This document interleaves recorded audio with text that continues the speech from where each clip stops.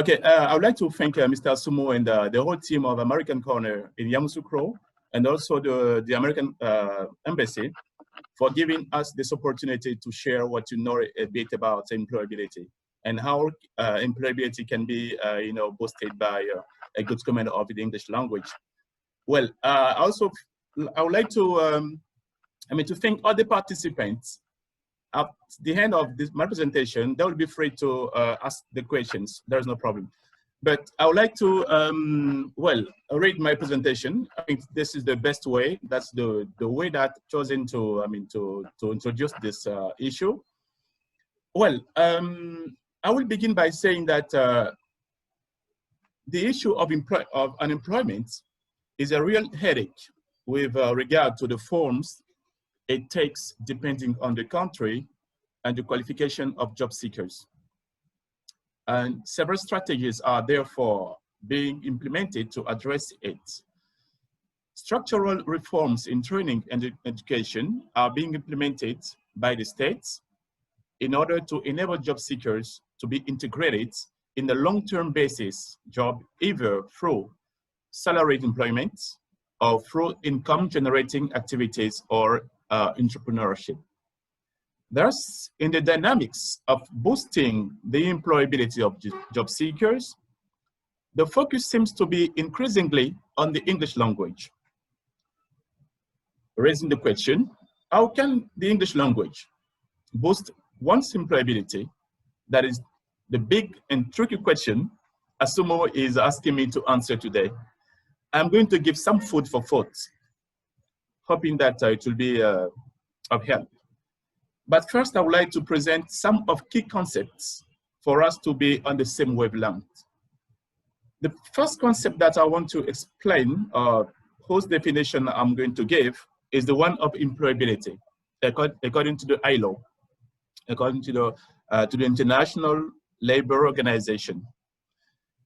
Well, according to the ILO defines employability skills as the knowledge and competencies that enhance a worker's ability to secure, that is to get, and to retain a job, to progress at work and cope with change, secure another job if he or she so wishes, or has been laid off, and enter more easily into the labor market at different periods of the life cycle.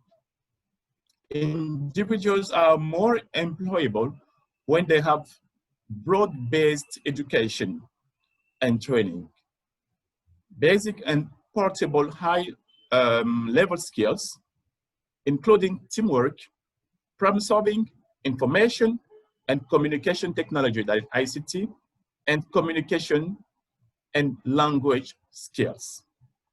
This combination of skills enables them to adapt to changes of the worlds of work. The second concept that I would like to explain is the one referring to the fourth Sustainable Development Goal, stated like this: quality education means we must ensure equal access to quality education for all and promote lifelong learning opportunities. In our country, the issue of employability skills is to be found in the National Development Plan 2016-2020 through its strategic axis, number 2, aiming at accelerating the development of human capital and social well-being, and also, and most important, in the National Employment Policy. It also appears in the National Employment Policy through its strategic axis 3, which states strengthening of the employability and entrepreneurship development system. And for that objective to be reached, the government has taken measures to boost the employability skills of the youth in general, but facilitating internships for them to enter the labor markets. I think it's very important for us to comprehend the whole concept itself, what employability is, and what the state of Côte d'Ivoire is doing to make this possible and boost the chances for our job seekers to be fully taken into account. The second, not the second, but the third concept that I would like to explain is the concept of labor markets. A labor market is the place where workers and employees interact with each other. In the labor markets, employers compete to hire the best. They compete to hire the best. And the workers compete for the best satisfying job. Sad to say, the labor market in terms of salaried employment is shrinking. Then we need to open job seekers' eyes on entrepreneurship. The fourth concept that I would like to explain is the one of future of work. But before getting to that point, I think it's important for all the participants to comprehend all these elements, because put together, they are going to best explain why the English language is a key element, is a key asset for them to boost their employability and be good for a given job. So what is the future of work? And this aspect is very important for them to know, as it will trigger the rest of my presentation. And before let's get into that, I'll say that I was lucky to attend a workshop at the International Training Center of the ILO last year in July in Torino, that is in Italy. And there, we learned that according to the ILO, the labor market will be reshaped by 4 megatrends. The first megatrend being the demographic shifts, the second being technology, the third being climate change, and the fourth one being globalization. Globalization being, like it defines, the process of interaction and integration among people, companies, and governments worldwide. This increase in global interactions has caused a growth in international trade and the exchange of ideas and culture. In the light of the last mega trend, that is globalization, one can immediately make the link between globalization and English. From then on, we all badly need to have a good command of this language for our survival, like someone said. Yes, definitely, the English language can boost your employability because of the requirements of the labor market. This is key to know, because of the new requirements of the labor markets. Now, talking about the reasons why the English language is important for you to be likely to get a job. See with me why learning English is so profitable, for people looking for a salaried job or people willing to set their own business or developing a talent they have. It is the most commonly spoken language in the world, in addition to the approximately 400 million native speakers. English is understood or spoken by 1 to 1.6 billion people, not million, billion people. With over a quarter of the world speaking the language, there is always someone to practice with, especially when you travel. First thing. Second thing, English is language of glamour and international events. As for some students, their master's paper needs an abstract in English. Another reason is that the famous footballers have their contracts drafted in English, committing them to have a good command of English. When people want to draw the attention of the world on an issue, messages are written in English on banners. And English is the language of science and technology. Being good at English can be a true asset for job seekers. Entering important universities in the world is facilitated when you have a good score in English. And much more important is it is the language of economy. It's the language of international business. With world business, headquarters predominantly, they are in the financial hubs in the UK and in the USA. English has long been the default language of trade. For the sake of extension, only local bureaucracies will be set in countries sheltering the branches of international companies. And as a consequence, the personnel to be hired will have to speak English for a good fluidity in the work in terms of relationship with the heads. Therefore, English is the dominant business language, and it has become almost a necessity for people to speak English as they are to enter a global workforce. Research from all over the world shows that cross-border business communication is most often conducted in English. Its importance in the global marketplace, therefore, cannot be underrated or understated. Learning English really can positively change your life. Learning English can positively change your life. As you can see, the new labor markets realities based on globalization forces us to have a good command of the English language.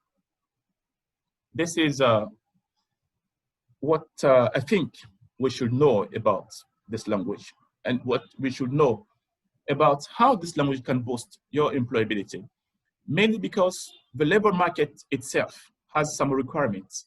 And if you want to be in congruence, in a sort of harmony with the needs of the labor market, then you yourself, you should have a good command of that language. As a conclusion, the English language can help you boost your employability because it is a tool that will help you secure your job, evolve inside that job, get partners for your business in case you are willing to set up your own business. It can also connect you to the world for the talent, for your talent to be viewed and well promoted. I will end with this recommendation. Whatever your major, you must have a good command of the English language. And for those who studied English as a major, I'm inviting them to add a technical competence. As for instance, those who majored in the English language at the university, they can learn the skills for being a professional translator or interpreter.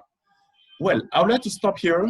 If the participants do have some questions, I think I would be, let's say, ready to give answers to the questions.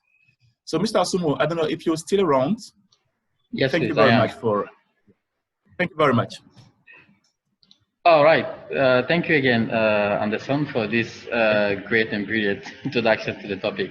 I think we have Mr. Tiehe online. He is also a specialist of employability and in the TVET sector. So I think he would like to say something. So, Mr. Tiehe, please.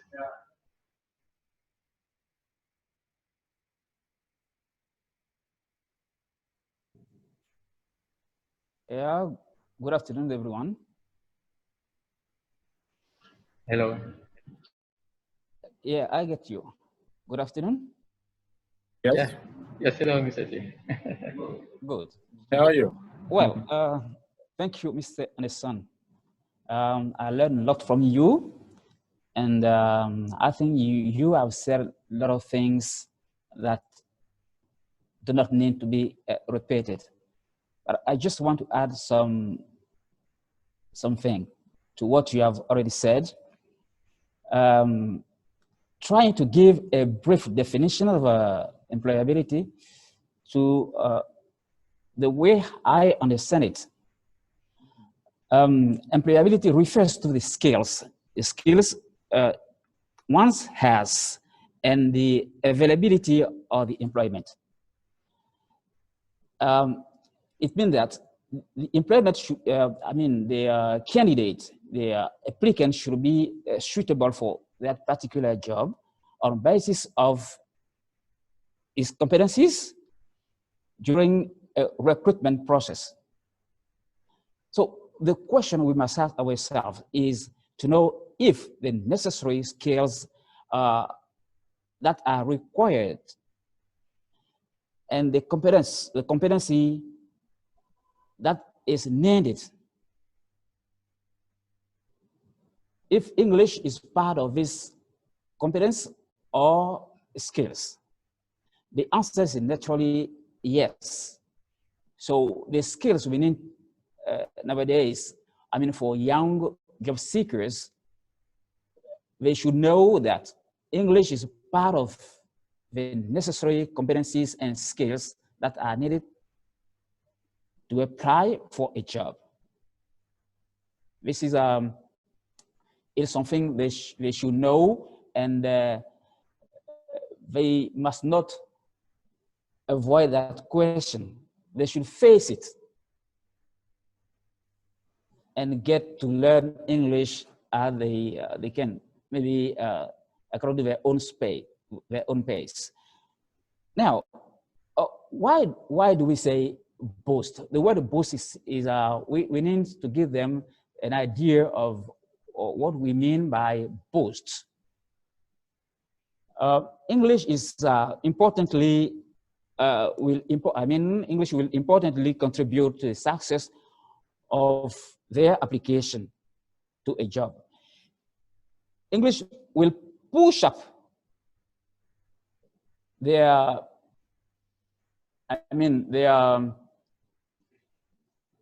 chance to get a job. It pushes them up. It will increase their chances. It gives you a boost to make you move forward. Okay, so this is one thing they should bear in mind. As you were saying, on the global markets, companies are coming together to agree that companies agree that English is a global language that we use today. We can't avoid English. If countries like Rwanda, for example, are shifting to English, there is a reason to do that. And most of the country, maybe about 50 countries, 50, if my memory is good, more than 50 countries speaks English in the world, and they own most of the companies that can employ the youth today. So we must recognize that maybe English is not the panacea, but it can be a useful app for the youth today to get a job, a secure job, a good employment somewhere. Because we cannot stay, we cannot see things just on a national level. We need to move forward, taking into account the international, the global, ideas. Because no company would stay in their own country. The world is globalizing. So as you can see, all the companies are going out from their bases, their local branches, and they are branching out to other countries, Côte d'Ivoire included. So we can't stay without learning English and being part of that global youth that can be useful, and that does not know that English is something they needed to go ahead. Then why English can boost employability? English, many people, is clear. Many people are talking about as being the global language. So we can say we can say something different again that. It's used in education, it's used in science and technology. English is also used in business, you said it. English is the international language of science, you said it. English is invaluable to everyone. It's the most commonly used language in the world, and no country today can do business without English. No individual can do business without English. It's not possible. Some people call it the lingua franca of business. So it's clear, and it must be clear to everybody's mind that it makes you employable by opening doors to many more career options and connect you to many more globally recognized companies. Okay, and even if you go to the internet, for example, you will see English is a dominant online language. It's clear. As you know, many companies are using the internet to do business.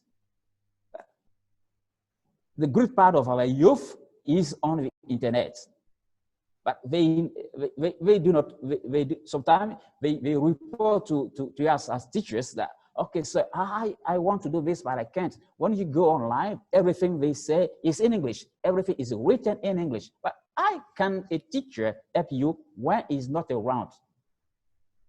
He can't. Teacher's role is limited to the classroom.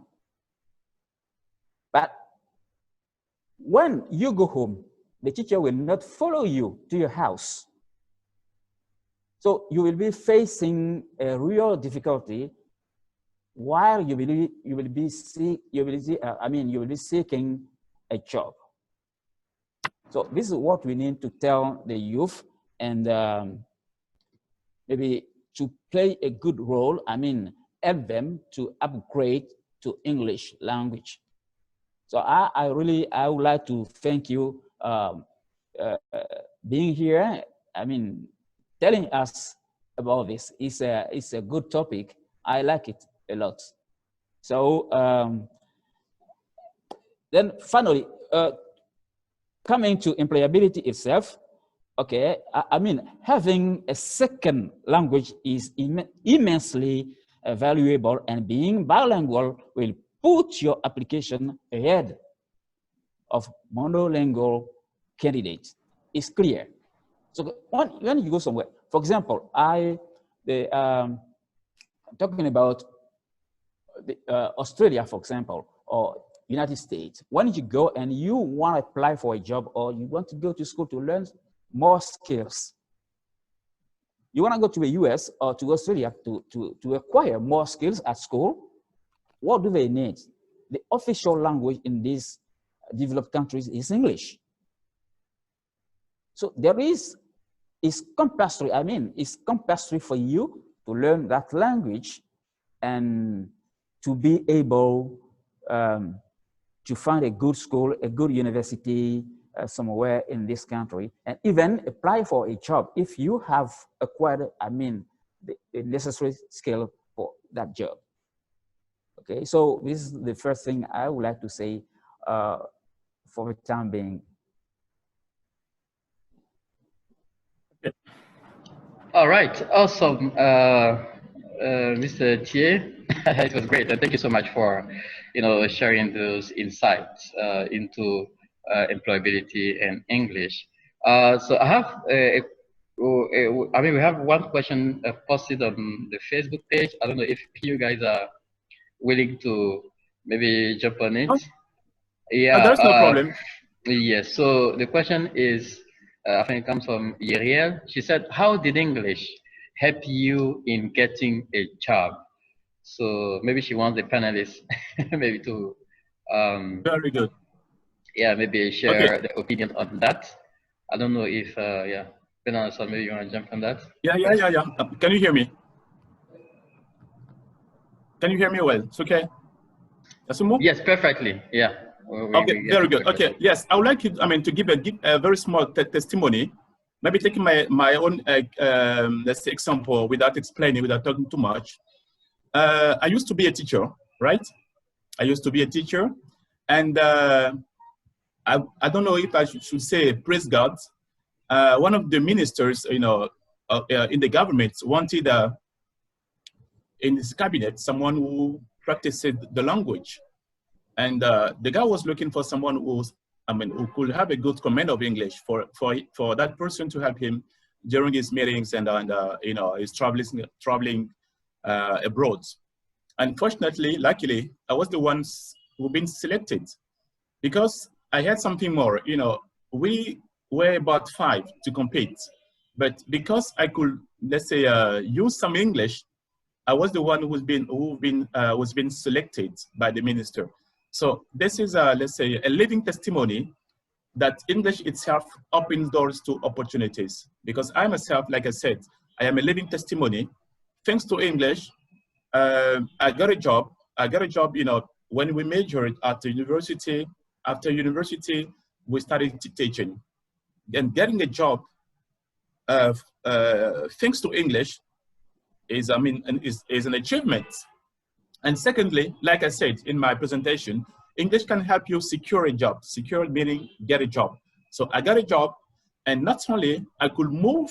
Let me put it this way: I could move inside the job by going going up the ladder.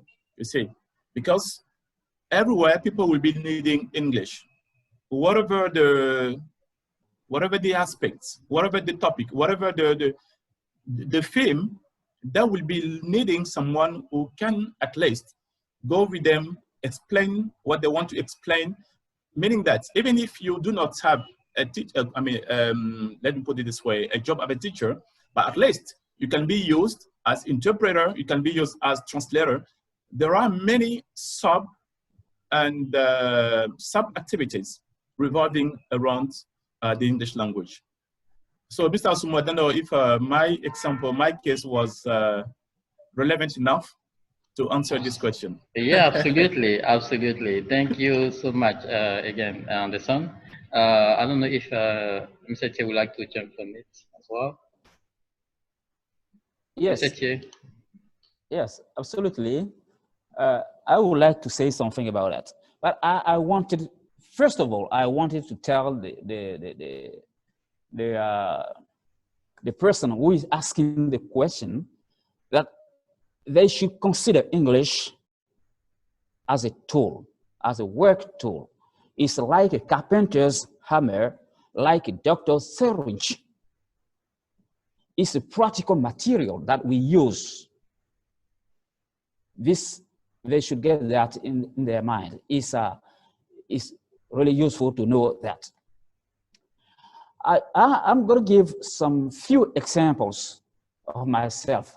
I became an English teacher thanks to English, naturally. I wouldn't have a job if if I did not learn English at university. This is the first example I can give. Then the second thing, I was teaching a school in a college in Abidjan 20 years ago. I said 20 years ago, in 2000. Then the secretary of the school wanted to learn English because she got a job at the Red Cross. That the only condition to be recruited is to speak English. Then she came back to me as a teacher and said, okay, sir, there's a problem. There's a problem, a serious problem. I said, what? What is your problem? She said, okay, I got a job, but I can't do that job, but because I can't speak English. I don't know English. So if you could help me, how can I help you? Can you teach me English? Yeah, I can't. I can teach you English, but unfortunately, a month later, the lady got pregnant. So we And then, okay, but how did you teach that English anyway? Just joking, huh? Yeah, I could not teach the English now. So we stopped everything, and then you see there is something different I wanted to say. personally, when I've been to Australia, why I've been able to go to Australia? Just because I speak English. Thanks to English, I could not apply if I didn't know English. This is the first, is part of a condition, maybe the main condition to travel to Australia. You see? So you see, this is an example, few examples I can give you for the time being. I hope these examples are catching. Yeah. Yeah, sure, they are, Mr. Teeh. Thank you so much again for sharing this with us. Okay, so while we'll be expecting additional questions, I just wanted to share with the participants a short video. So I'm talking about employability, and that one is a bit broader, but I think it will certainly help us in catching the importance of English as a language in this whole, the whole stuff. So 1 second, I hope it will work. All right. So, you reckon you're pretty smart, eh? Top of the class, everything. You probably think you've got the skills to pay the bills. Well, think again. It might surprise you, but getting a job isn't all about your grades. I mean, sure, they're important, but you're gonna need some other skills too. You may be the best writer, mechanic, scientist, chef, whatever, but all this talent amounts to very little if you don't work well with other people. Some of the must-have professional qualities I'm talking about can be as important as exam qualifications. These are called the soft skills. And if they aren't up to scratch, you might just be limiting your chances of success. But don't panic. Everyone has some form of soft skills. There's growth mindset, resilience, communication, critical thinking, and emotional intelligence. Hello? Yes, Asumo? Yes, please. Okay, so yes, did the sound work? Yes, okay, it's okay. Yes. Yes, it's okay, it works. Perfect. I'm talking about the video. Yeah, the video's okay.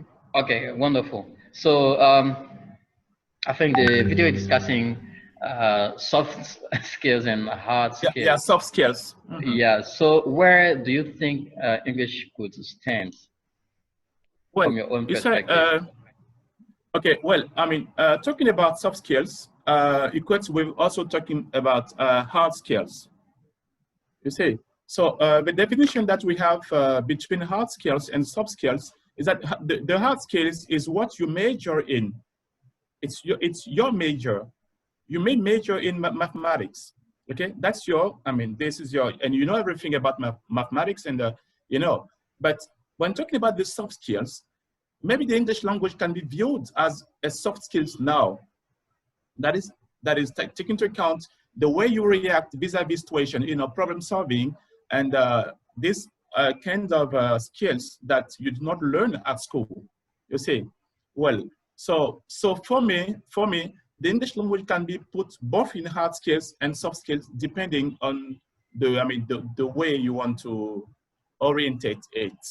You see, because you can learn English as a major, you may not have learned English at school, but meaning that you have learned it in the street, with friends, and then it becomes like a soft skills for you. You did not major in it, but you have it. You have a good command of it, and it can help you get a job. So your question is a little bit difficult, but like I said, it depends on the orientation that you're giving to maybe English as a soft skill or a hard skills.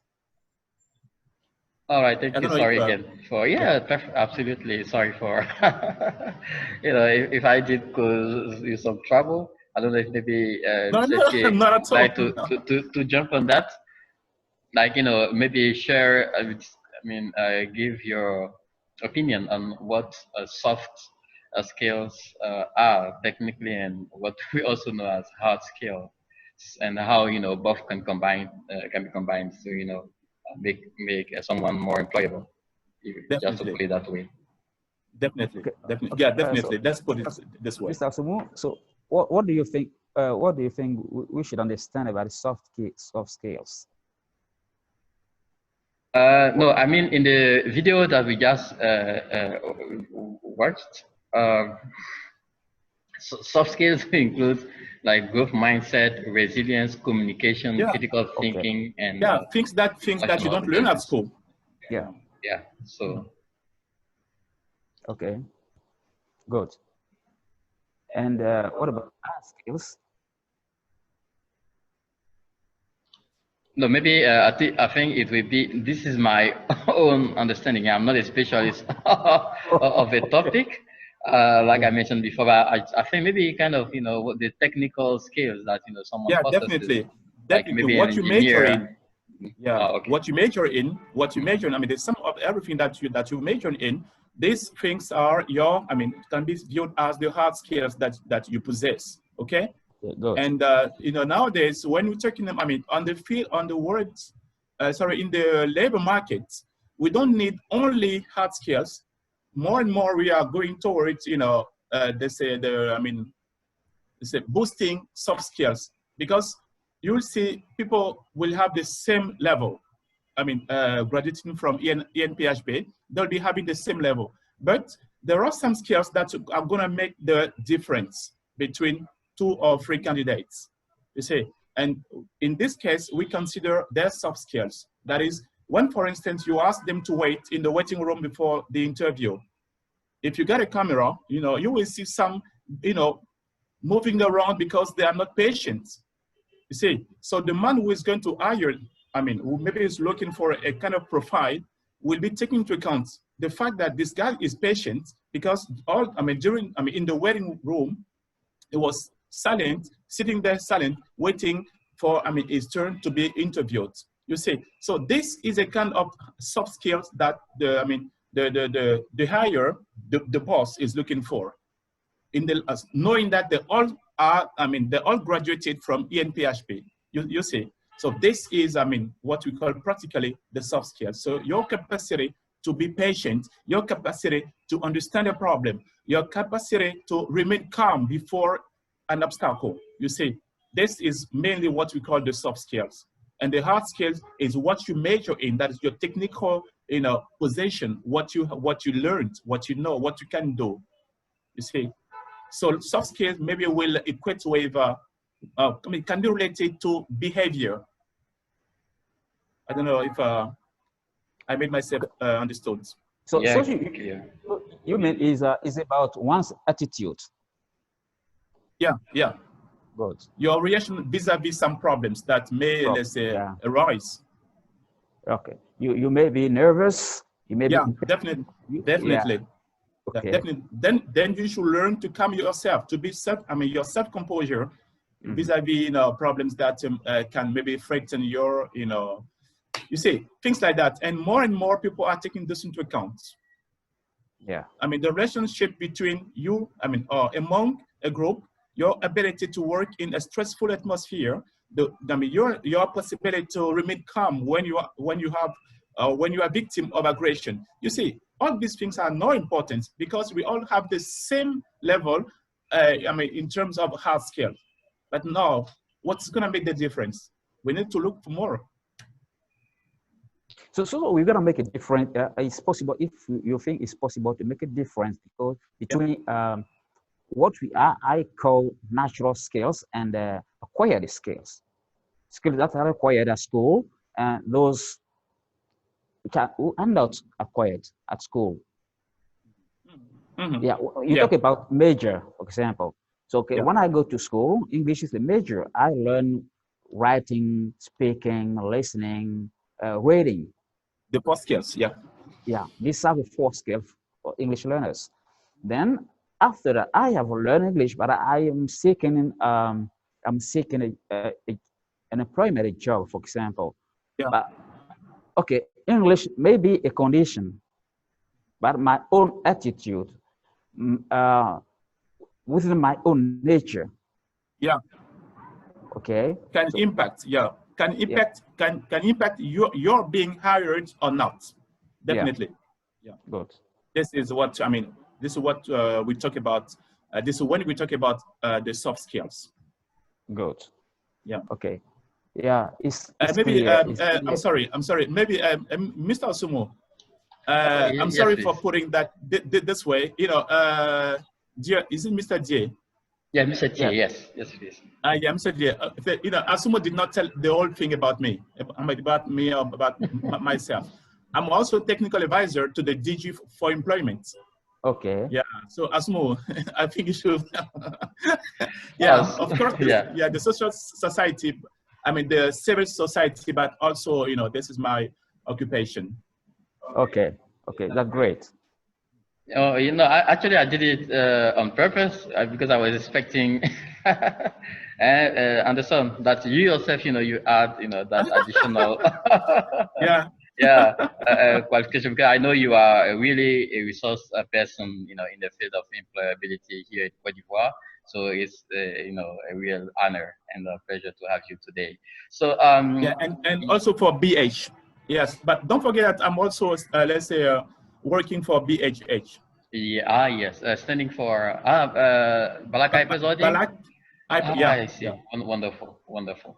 So yeah, I think we have another question, and certainly that will be the last one for today's program. The question goes, it says, why do you think companies prefer the employees with good English? Why do you prefer companies prefer their employees with good English? And this one is coming from Mrs. Rita Givagis. Don't know, maybe one of the panelists would like to. Well, okay. If you don't mind, Mr. J, Elder, Yeah. if you Okay. can I? Okay. All right. Okay. Very good. No problem. Okay. Yeah, I said, let's say during my presentation, and if you like, I can say it again. With world business headquarters predominantly in the financial hubs in the UK, United Kingdom, or USA, United States of America, English has long been the default language of trades. For the sake of expansion, only local bureaucracies will be set in countries sheltering the branches. You see, the branches of international companies, I mean, and as a consequence, the personnel to be hired will need to speak the language of the boss. You see, taking for instance, you know, maybe you may have a very big company, a very light company in the US or in the UK. Instead of the Americans coming and settling in Cote d'Ivoire, they will be looking for a personnel that is a staff that can speak the language for the messages to be understood directly. You see, if for instance your boss wants to talk to you, giving you some instructions, he will be using his language because he's the boss. So you yourself, you should have a good command of the language that your boss is speaking for you to, to secure the job, not only secure the job, but also keep your job. Because if you cannot speak the boss language, then you are, useless. So you see, so that's why the companies will be looking for people speaking the language for the sake of communication, for the sake of giving instructions and the instruction being implemented for business to grow. That's the way it is. Mr. Sumo. Yeah, perfect. Thank you. Maybe Mr. Teeh would like to add something. Yeah. Okay. No, I don't have much to say about that. You said everything already, and the only thing I wanted to add is for company in that for communication sake. You see, a company coming from the USA would like to be at their ease when they come to Cote d'Ivoire. If we can find somebody here who speaks English, who already speaks English, this will make things, because most of the documents, most of things they use within the company are written in English. So if you don't speak English, if you can't read English, if somebody speaks, then you listen, you can understand. How do you think you can do your job to up your company? Go ahead. That's the problem. This is why in the TVET sector, technical and vocational education and training sector, it's useful to learn English, for example, because everything is, when we talk about technical, it means that people have practical skills. With practical skills, I mean, part of the thing they use, like machines, are made in English-speaking countries, and they need to use these machines. If you can't, if you don't know the process and how to use the machine, we're gonna read for you. They will pay somebody else for translation. We're gonna translate things to you before you use it. This will cost too much money for. I mean, so it's necessary that the worker himself can read easily, can understand a thing, and be able to translate them to himself, to herself. Yeah. So this is what I can say. Oh, perfect. Thank you again, Mr. Teeh and Mr. Koffi for sharing with us these insights. So I think we're now moving slowly toward the end of today's meetup. So to conclude, I think I will give the opportunity to you guys, panelists, to share with us like your conclusive statement, maybe like what you want the participants and the followers to take as a takeaway from everything that has been discussed here. And now I just want you to add like a note on how students or learners of English could take these opportunities to like expand their employability. I mean, that's actually one question from the participant on the Facebook page.